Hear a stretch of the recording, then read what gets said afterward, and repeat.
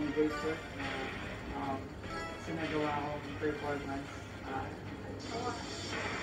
May chance po ako na mag-reach at galing po sa kanya na ma-congratulate ko. Grabe po yung ganang experience sa buhay ko na so sobra po magpapasalamat po.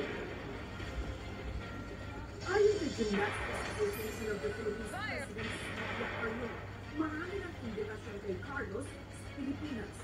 Excited po and maraming gusto nang gawin din po. Na-miss ko na po yung mga teammates ko din and syempre yung family ko na gawin. Speaking Miss Boxing Girls medalist, Miss Chiquitito, ginawa na, hindi na bronze medal ang iuwi niya.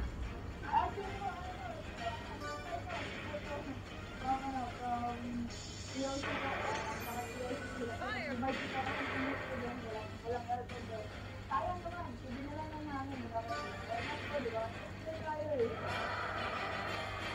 Gymnastics, wala sa panghihinayang sa kanyang performance dahil ibinigay niya